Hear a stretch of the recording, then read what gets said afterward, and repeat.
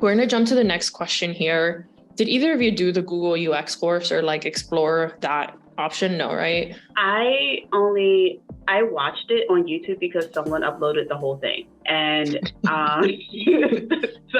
did, and I didn't pick the Google UX course because from just that little bit of me watching it on YouTube, I wasn't learning anything.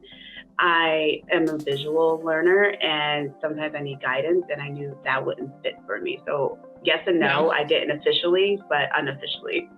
Yeah, so the question here is really like, if you're doing the Google UX course, would you recommend doing Foundations or Career Jumpstart? And I'll talk about kind of our experience with people that have done the Google UX course. For Career Jumpstart, you have to apply and you have to have a portfolio. So what happens is folks do the Google UX course and then they apply to Career Jumpstart.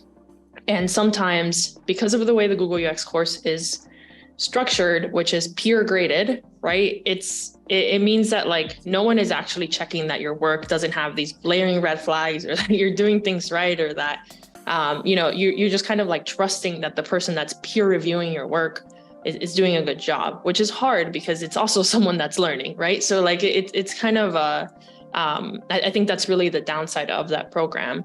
So what we see sometimes is folks applying to Career Jumpstart and their portfolios projects have a bunch of red flags. And for us to accept you into Career Jumpstart at that point is really doing you a disservice, because I mean, Stephanie and Robin can attest to the fact that like, CJ is fast. Like we move fast, you're in real timelines, you're presenting to a client, you're working with other people. So if there are skills that are missing there, it's going to be really hard for us to be able to like teach you those, foundational skills to get you ready to jump into those projects.